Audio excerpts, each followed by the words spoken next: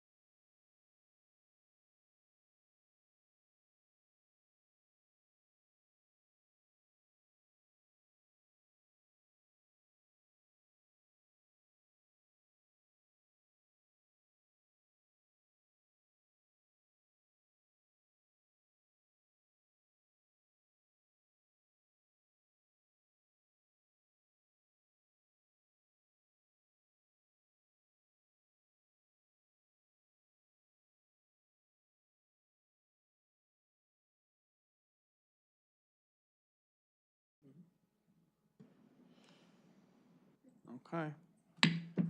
Okay, we'll reconvene to the public meeting at, looks like 7 o'clock.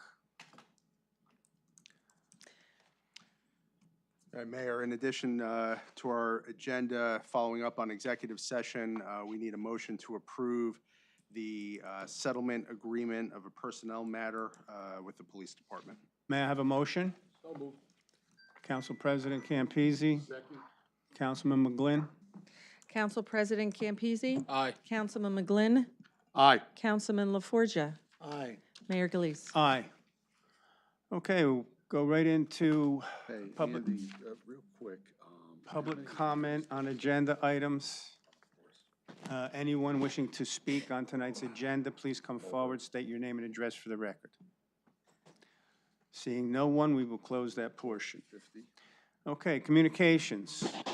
I have a communication from the chief. The Fairfield Police Department is scheduled for an on-site assessment as part of its program to achieve reaccreditation by verifying that it meets and recognizes professional best practices. The agency, employees, and public are invited to offer comments by calling 973-276-3504 on July 14th, 2025, between the hours of 10 and 11. Comments will be received by the assessment team. Okay. Services for Special Police Officer Nicholas Sergio. The family of former police officer Nicholas Sergio has announced Special Officer Sergio's wife, Eileen, has now also passed away. A memorial mass honoring both will be taking place Thursday, June 26, 2025, at 12 noon, St. Thomas More Church. Also, the announcement of passing of former police officer Richard Garcia. The police department is sad to report the passing of former Fairfield police officer and current Hudson County Sheriff's Department Lieutenant Richard Garcia. He started with the Fairfield Police Department in 2004 through 2005 and has been reported, his passing was a result of September 11th cancer. Please keep Lieutenant Garcia's family in your prayers. Okay, that's the police department. For the library board, this past Saturday, we had their reading kickoff event, and it was very well attended. A lot of enthusiasm there. Our interim director slid right into the role without missing a beat, and all functions and events are going as planned, I'm happy to say. And that's really all I have tonight. Council President Campese. Thank you, Mayor. So I only have one item for the Municipal Alliance. We're going to do our annual movie night. It's going to be on Saturday, September 13th. Please keep a lookout on Community Pass. It'll be posted about the first week for more details. And for Environmental Commission, we did not have any meeting this month, so no update. Okay, thank you. Thank you, Mayor. Councilman LaForgia. Mayor, the planning board had an application at its past meeting, which was approved, and I think it's going to enhance the property that it's currently at on Fairfield Road. In recreation, registration's closed. For all the fall sports, we're working up the numbers and the teams now, but it's another full schedule of participants. Our 3rd and 4th grade girls softball team won the championship. The 5th and 6th grade boys are playing tonight, and the adult softball is being played on Sunday. Camp is open, and we have, depending on the week, between 200 and 300 participants at camp in the morning session. We're watching, of course, the weather, watching the kids very carefully with the weather. We've had extra water. We have sprinklers over the systems over there. We're keeping them as hydrated as possible. Parents are reminded to send water with the kids in the morning, especially on the hot days. A reminder to everyone that the park is closed between 8:30 and 12:30 for security reasons. We don't have everybody walking through the park when all the kids are there. 12:30, we do open it again. And finally, the new West Essex football coach, Dan Fulton, met with the sending districts coaches, recreation directors and coaches. He met with them in kind of a meet and greet, and our rec people were very pleased and very happy to have gone through that meeting. Mm-hmm. At the rec meeting, we did have some public, we had some positive discussion on several items, and it's matters that we'll be continuing with in the future. Mm-hmm. Okay, And that's all I have, Mayor. thank you, John. Councilman McGlynn?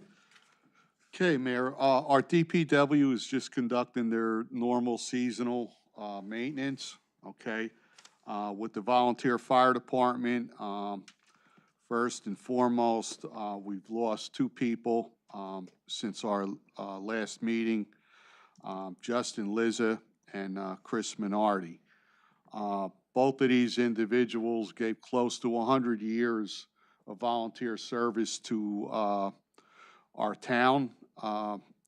They are part of the fabric that makes our town Fairfield. They were great people to know. They were good with their families. They were good friends. And they gave an awful lot to this community, and they're going to be missed. So that's, I guess, my words on that. Also, since the last meeting, the volunteers responded to 40 calls. On the morning of May 31st, during a storm, the department responded to 5 separate calls. So again, here you have, they are volunteers, and they get calls, and they're being pulled in 5 different directions. So these guys go out, and they do a great job. And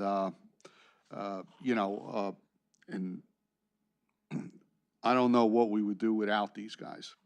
Like I said, they're just a great part of our community, and they go above and beyond. And me as their liaison, I don't think they've ever complained once. They just go out and do their jobs. So. Thank you, Michael. Is that it? You have more? They also had to respond to multiple vehicle fires in the past month. And they also had a piece of equipment, a wood chipper, that caught on fire also, that they went to. So that's my report. Okay, thank you. Councilman Cifelli is not here, so we'll skip that part. And we do have with us Bill Wallace, our health officer, tonight for his report. Bill, you're up. Thank you. How we doing? All right, so for, I believe we started February, right? Yes, did you put the microphone on? Is it lit up? It is now. Thank you. All right, so February is correct, right, Denise? Yes. Okay, just want to make sure. Okay, so in February, we had 1 miscellaneous inspection that we did in town. We also did 6 blood pressure screenings at the municipality here. We had 1 pediatric hospitalized flu patient and 13 COVID cases. They were all closed, including the person that had the flu. They recovered and went home. We had the month of March, we had 4 retail food inspections, 2 complaints. And then my nurses were here. They did 8 blood pressure screenings here at the municipality and 6 at the library. I just want to point out too that the nurses, because our numbers are low, are addressing that.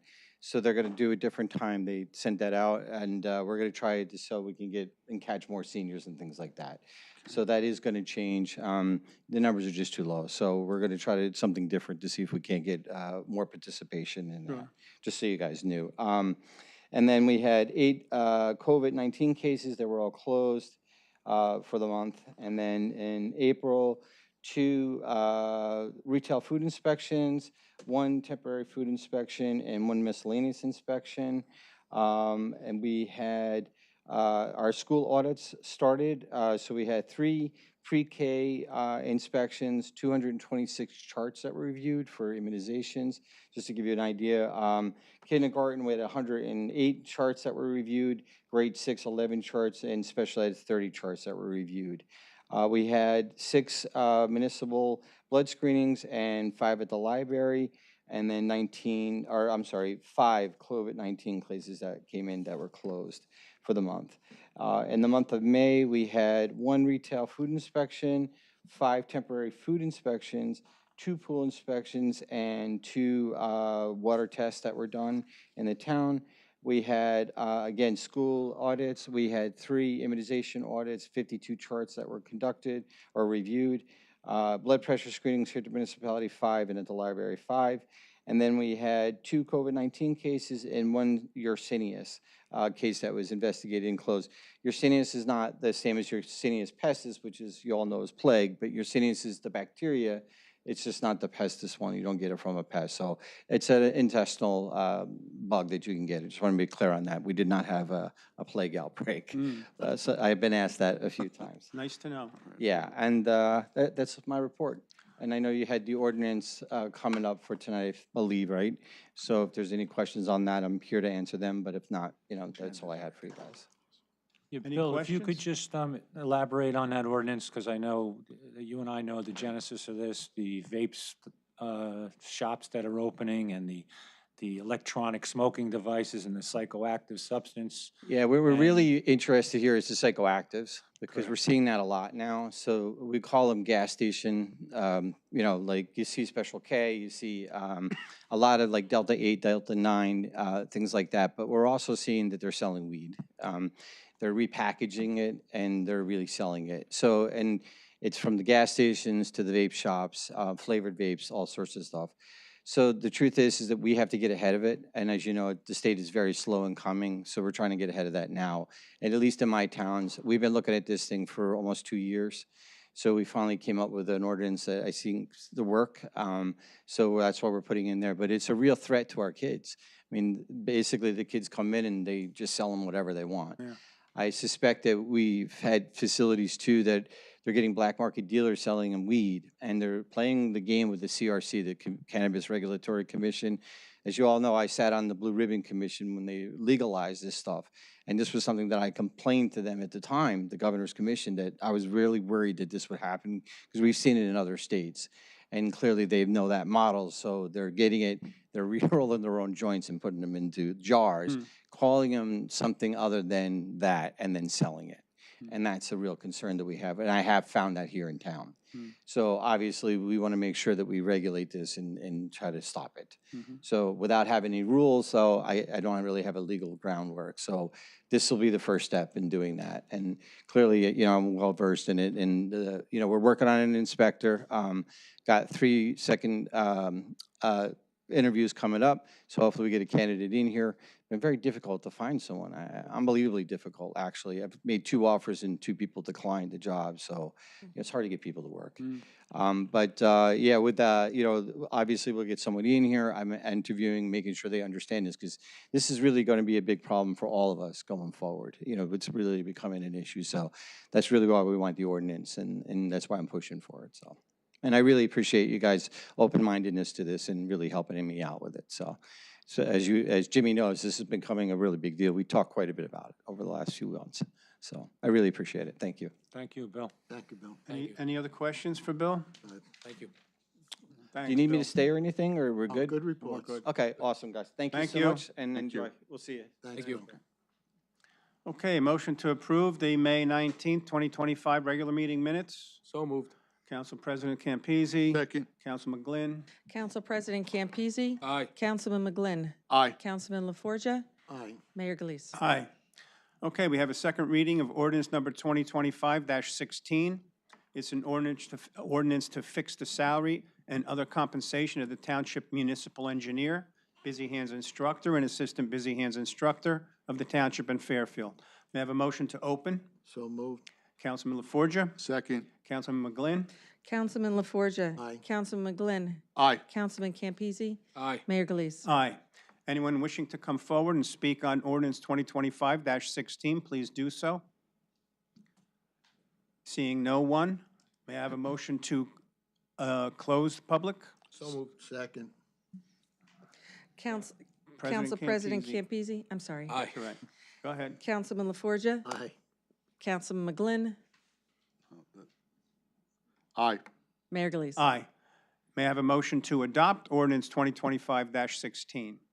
So moved. Council President Campese. Second. Councilman McGlynn. Council President Campese. Aye. Councilman McGlynn. Aye. Councilman LaForgia. Aye. Mayor Galais. Aye. Okay, brings us to ordinance 2025-17. It's a bond ordinance providing approximately $1 million, providing the appropriation of $1 million for various capital improvements and purposes for and by the Township of Fairfield in the County of Essex, New Jersey, and authorizing the issuance of $950,000 in bonds or notes of the township for financing part of the appropriation. Motion to introduce. So moved. Council President Campese. Second. Councilman McGlynn. Council President Campese. Aye. Councilman McGlynn. Aye. Councilman LaForgia. Aye. Mayor Galais. Aye. Okay. We have B, ordinance 2025-18. It's an ordinance of the Township of Fairfield, Essex County, New Jersey, amending Chapter 10, Building and Housing of the Township Code. Motion to introduce. So moved. Second. Councilman McGlynn. Aye. Councilman LaForgia. Aye. Council President Campese. Aye. Mayor Galais. Aye. Ordinance number 2025-19. It's an ordinance of the Township of Fairfield, Essex County, New Jersey, creating a new chapter 8.14 retail electronic smoking device, psychoactive substance establishment of the Township Code. May I have a motion to introduce? So moved. Council President Campese and Second. Councilman McGlynn. Council President Campese. Aye. Councilman McGlynn. Aye. Councilman LaForgia. Aye. Mayor Galais. Aye. And what are the second readings, Denise? July 28th. July 28th. Okay. Number 10, introduction of the 2025 municipal budget. I need a motion to introduce. So moved. Councilman LaForgia. Second. Council President Campese. Councilman LaForgia. Aye. Council President Campese. Aye. Councilman McGlynn. Aye. Mayor Galais. Aye. A, ordinance 2025-20. It's an ordinance to exceed municipal budget appropriation limits and to establish a cap bank. Motion to introduce. So moved. Council President Second. and Councilman McGlynn. Council President Campese. Aye. Councilman McGlynn. Aye. Councilman LaForgia. Aye. Mayor Galais. Aye. B, resolution for the introduction of the 2025 budget. Motion. So moved. Second. McGlynn, LaForgia. Councilman McGlynn. Aye. Councilman LaForgia. Aye. Council President Campese. Aye. Mayor Galais. Aye. C, resolution for the self-examination of budget. So moved. Council President Campese, Second. Councilman McGlynn. Council President Campese. Aye. Councilman McGlynn. Aye. Councilman LaForgia. Aye. Mayor Galais. Aye. D, resolution for the computation of reserve for uncollected taxes in 2025 budget. So moved. Council President Campese, Second. Councilman McGlynn. Council President Campese. Aye. Councilman McGlynn. Aye. Councilman LaForgia. Aye. Mayor Galais. Aye. Motion to deferred regional high school tax. So Second. moved. Okay. Council President Campese. Aye. Councilman LaForgia. Councilman McGlynn. Aye. Mayor Galais. Aye. And F, deferred local district school tax. So moved. Councilman LaForgia. Second. And Councilman McGlynn. Councilman LaForgia. Aye. Councilman McGlynn. Aye. Council President Campese. Aye. Mayor Galais. Aye. Okay, brings Mayor- us, Mayor, if I may? yeah, sure. Okay. Jump right in. So we just introduced the budget tonight. We had a lot of major increases in our budget in the areas of liability and health and pension. The good news is the increase on the average household and the average house value rather, is $530,788, and the local increase is $74.49, or $6.21 overall. The better news is the average house assessment, their taxes will go down $476.43 this year. That's based on the average home. So if your home is worth more, your taxes Yeah. will be decreased more. Yeah, those averages are kind of low now, we know that, but it was really good news. The budget worked out real well, and have to thank Administrator Gasparini for most of that work. I mean, we all chipped in, but he really took the bull by the horns, and we all benefited from it. So thank you, Jim. And I also want to thank John McCluskey, our CFO, and Joe Facone, our auditors, for their help in this also. So I think it's good news for Fairfield all the way around. You know, it is one of the most desirable communities in the county, and just another reason why, because we're fiscally prudent, yet we still deliver all the services that people expect and deserve. I agree. The ratio of taxes to services, I don't think it's as good anywhere in the state. And again, I attribute that to a mayor and council that are, proactive in everything we do as we move forward, whether it's budgets or any other item that comes forward. We're always in front of the issue to make sure it doesn't come back to bite us. Right. Absolutely, and nothing happens by accident. So, great job, Jimmy, great job, John, and Mr. Facone. Yes, thank you, You can add that to everyone. the department staffs also, Mayor. I think that the credit goes to them and the whole operation. Yeah, absolutely, Of the John. township Yeah, staff. sure. Is very wonderful. It's a lean ship, and it runs very well, and, we can't say enough about that. Okay, that brings us to the consent agenda. Administration Department Resolution A, authorization to hire and appoint Joe Philo. Did I say that wrong? Joe, I'm sorry. As plumbing inspector for a one-year term on an as-needed basis from 5/3/25 to 5/2/26. B, resolution of the Township of Fairfield, County of Essex, State of New Jersey, authorizing the appointment of Kim Giles Bush as tax assessor. C, authorization of a title change for Christopher Murray effective July 1st, 2025. D, authorizing a lateral transfer and title change for Jody Barroso, confidential administrative assistant to Municipal Clerk's Office to Deputy Municipal Clerk and Deputy Registrar, effective July 1st, 2025. E, resolution of the Township Council of the Township of Fairfield approving a fourth-round Affordable Housing Trust Fund spending plan and requesting program and core approval for the spending plan. Engineering Department Resolution F, authorization to return a road opening bond number 7766194-359 in the amount of $1,000. Fire Department Resolution G, authorization to purchase 9 customized jackets for the fire department from NGJ Promotions in the amount of $1,576.15. H, authorization for fire and safety services for repair to engine number 1 and ladder number 1 in the amount of $4,869.40. Finance Department Resolution I, authorization to purchase a Dell Pro laptop for the Assistant Treasurer from CDWG in the amount of $1,754.20. Police Department Resolution J, authorization to purchase MVDRs for 3 police vehicles from GTBM in the amount of $2,025.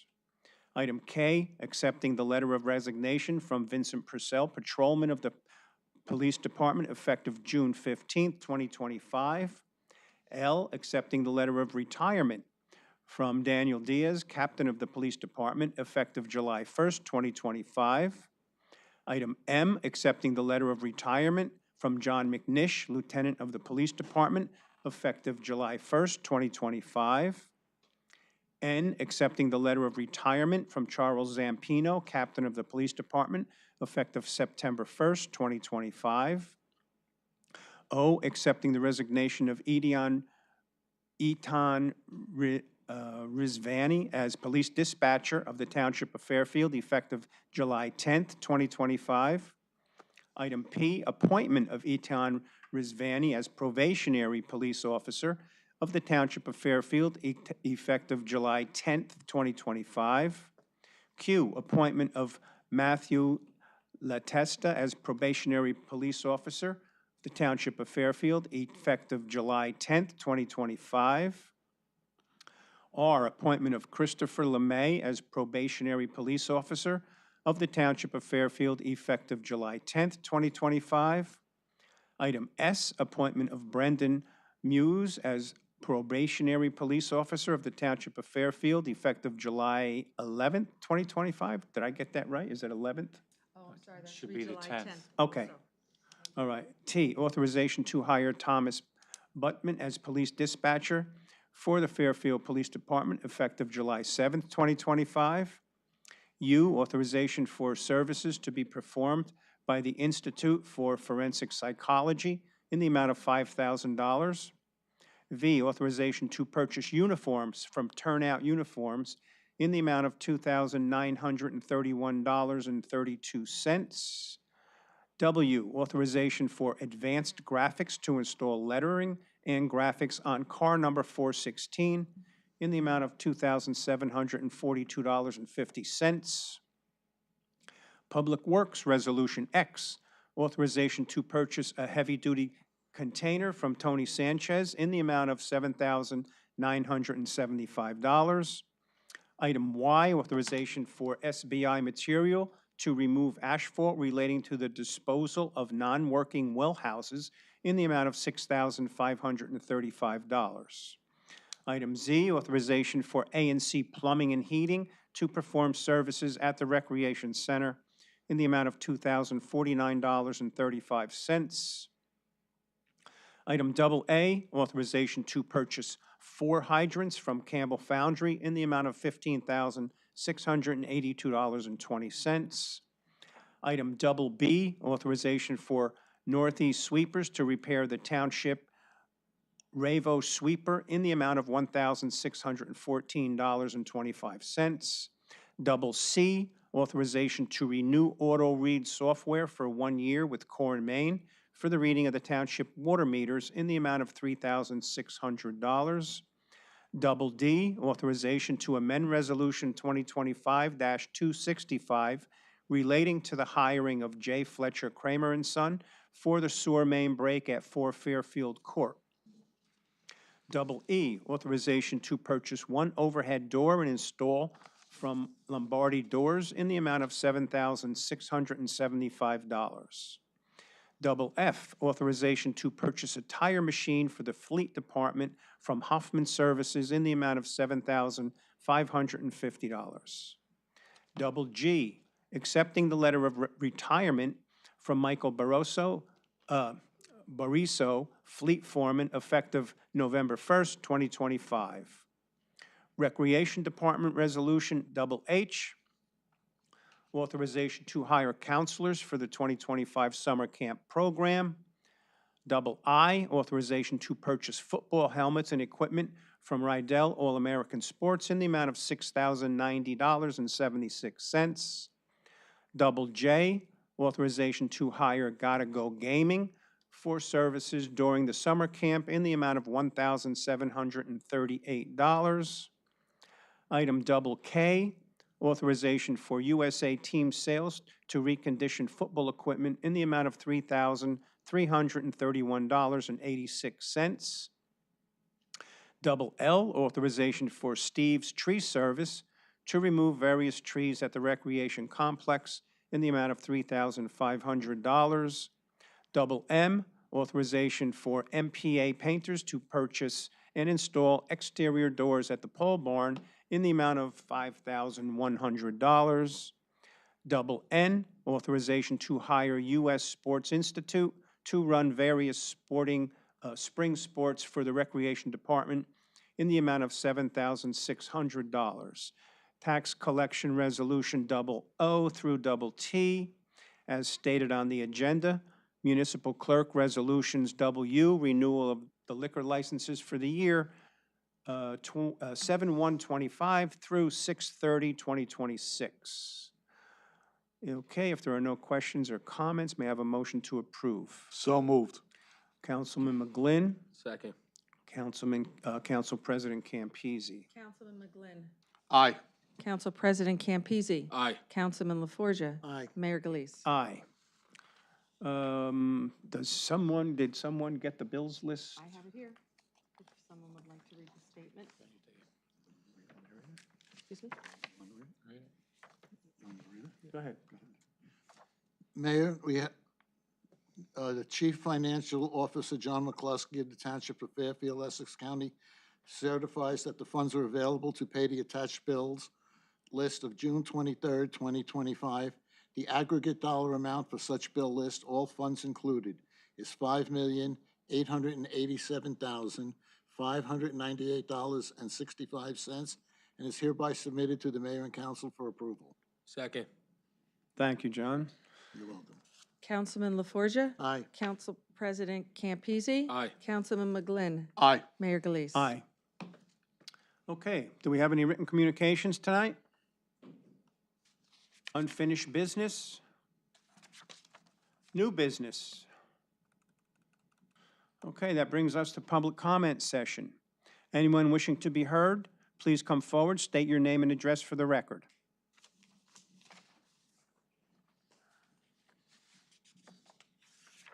Hi, I'm Marlena Brzezinski, 14 Crescent Drive. I made a social media post the other day. I just shared an accident that happened where two 12-year-old girls were hit by a car on their electric scooters, and there's lots of comments on that section. Sorry, I have kids that age, so it was suggested that I come and speak tonight regarding safety. I understand the reasons for putting the kids in places where adults are walking, even though as an adult I can walk around somebody on a bike, but I feel like we need more safety for the kids on the bikes. They're not allowed in the parks. They're not allowed at the rec center. They're not allowed anywhere but in the street. We've already had 2 kids in town hit by cars. So my concern is, if we're gonna do that, I've researched, some towns have their police departments, they do safety courses for e-bike riders. They even do types of permits where kids have to attend the class to even be able to ride the bikes in town, so they don't know street safety. You know, they know if they're on the sidewalk, they stop at this intersection to look both ways before they cross, but now they're in the street, so they're flying past them. I haven't seen a person stop at a stop sign along Hollywood Ave where they're supposed to in the 10 years that I've lived here. So maybe we can do bike lanes so cars get used to staying to the left. I mean, teenagers are driving, texting, and, you know, they're hitting curbs, and now our kids are in the streets. There's also suggestions about maybe where the old pool would be to do bike paths so that the kids can go somewhere. There's nowhere for children, and I don't mean like little kids can go to the park, but like kids between the ages of 12 and 16 years old that don't drive to go. They can't ride anywhere that's safe. There's no sidewalks on Big Piece, even if they wanted to go on them, but like there's nothing and nowhere for them to go. So maybe safety courses and bike lanes and signs. And, you know, I just learned the other day that the person that hit the kid on the bike on Hollywood Ave was actually issued a ticket because they were supposed to yield to the bike rider. I don't think most drivers even know that, you know, even issuing signs or letting people know what the rules are for that, considering how many kids are now on the e-bikes. I mean, we have one of the flattest towns around, you know, those older people that ride bikes, they ride almost as fast as the kids on the e-bikes. So I feel like, you know, no one knows the rules of the people driving, especially the young kids driving. They don't know the laws of the kids on the bikes, and the kids on the bikes definitely don't know the laws of the road. So for their safety, I feel like there could be something done, you know, community outreach, requirements. I feel like if they have to go in order to be allowed to ride them, then at least they're being held accountable in order to ride these $3,000 bicycles around town. I mean, you know, I have 3 kids, they all have them too, and as much as you tell them what the rules are, like they're following their friends who also don't know the rules, you know, hopping in and out, whipping around the corners. I intended to do more research, but my post was only a few days ago, and I have 3 kids and a husband on the job and sports. So I could look more into like what the other towns are doing, you know, in terms of requiring kids to take the courses, could even charge a fee for it, use that money to put up the signs or the bike lanes, you know, especially on Hollywood Ave. I mean, I don't know how else to slow down the cars to keep the kids safe. I don't know what other suggestions to make other than, you know, I'd rather see my kid on a sidewalk getting a ticket than dead in the street at 12 years old. I mean, that's where I'm Well, the at. safety issue is exactly why we did that, because we did have someone that was struck on the sidewalk.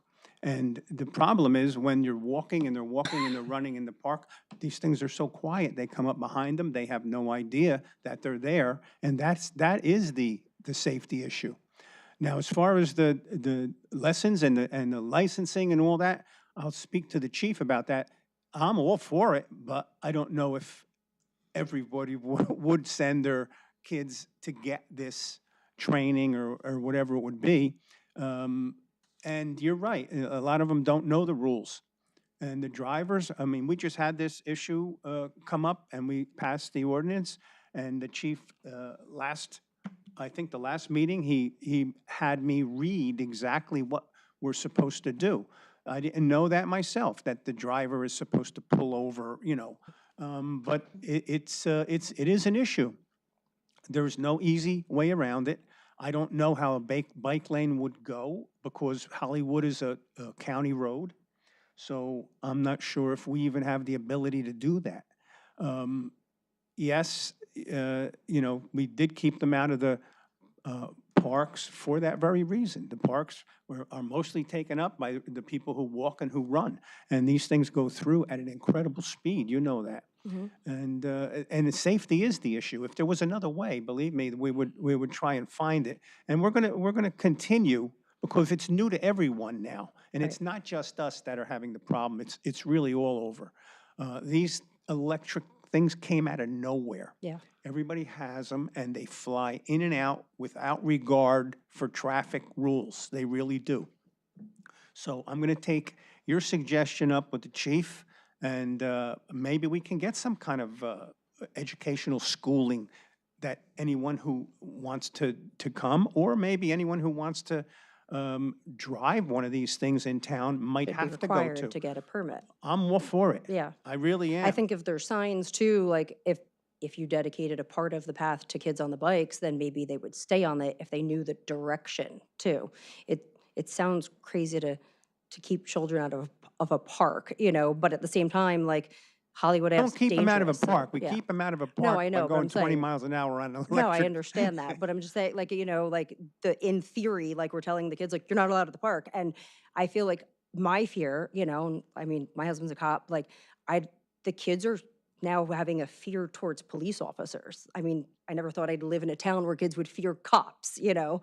I mean, I don't want my Well, kid, they're whenever- running from the park and I'm like, they're like, No, but because they parked their bike in the wrong spot, I you get know? it. No, I get it. And believe me, the police know, I think, from the communication we had with them, they know how to handle this. This is not going to be the cop and the driver, you know, I mean, this is a little different. But it has to be taken care of somehow. And this is the first step. I mean, it's a work in progress. We're going to go through the motions and we're going to see how we can improve it. And if we can, believe me, I would like nothing more. Thank you. So thank you for coming in. I appreciate it. Anyone else wish to be heard?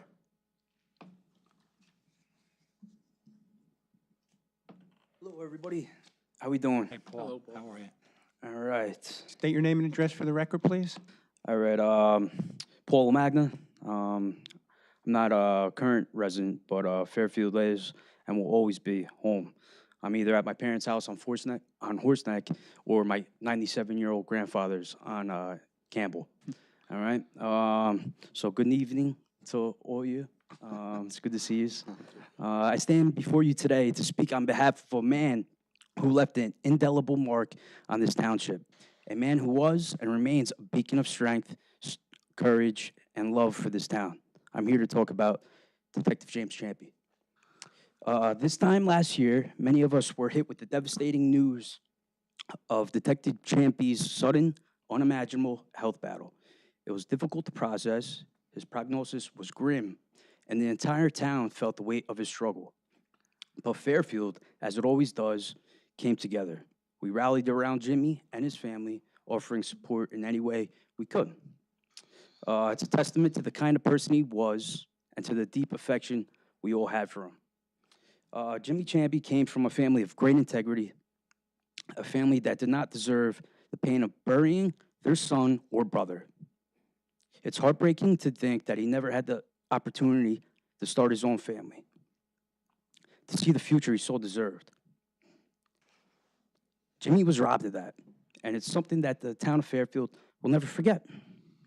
To me and to so many others, Jimmy was more than just a policeman. He was a protector, a friend, a symbol of resilience. Whether it was on the wrestling mat, in the gym bodybuilding, or on the streets protecting this very town, Jimmy always gave 100%. His commitment to Fairfield was unwavering. He was a constant presence, and for many of us, he was a true hero. We should not only remember Jimmy, but also honor his memory in a way that speaks to the love and respect we all have for him. I believe that Fairfield owes it to Jimmy and to his family to create a lasting tribute. I propose that we commission possibly a statue in his honor, an enduring symbol of his life, his sacrifice, and his legacy as a protector of this township. It's important to note that Jimmy's career was marked by bravery and service. His contributions were far-reaching. In addition to his work with the Fairfield Police Department, Jimmy was on loan to the Essex County Prosecutor's Office Auto Theft Task Force, right? He was also awarded the county's highest valor awards for his courageous actions in the line of duty.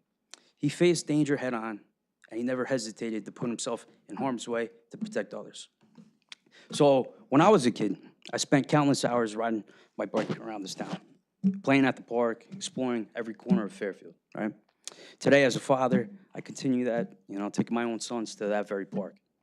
It's important to me and to all of us that future generations, especially my boys, can one day stand at the Fairfield Rec or walk through the town and see a statue of Detective James Champy. A statue that will remind them of the strength, dedication, and love that Jamie gave to this community. This statue will not only be a tribute to Jimmy, but also a reminder that Fairfield is a town that honors its heroes, cherishes its protectors, and remember those who have given so much. I humbly ask that one of the council members could serve as liaison for, possibly doing something of the sort. And I know the Champy family and the entire town will be grateful for this lasting tribute. Thank you for your time and consideration. Thank you. And we're all, of course, saddened by his passing. And everything you said about Jimmy is absolutely true. We know that. This is a commendable gesture. We're going to, take it under consideration. Obviously, we're not going to give you any kind of answer right now, but Of course. everything you said is 100% true, and we were all saddened by that, too. So thank you for coming in. Thank you. Thanks, Paul. Thank you. Thank you. Okay, anybody else wishing to be heard? Seeing no one, we'll close the public comment session. The next meeting of the mayor and council will be Monday, July 28th, 2025, at 7 p.m. in these council chambers. May I have a motion to adjourn? Motion to adjourn. Councilman LaForgia, Second. Council President Campisi. Councilman LaForgia. Aye. Council President Campisi. Aye. Councilman McGlynn. Aye. Mayor Galise. Aye. Thank you, everyone.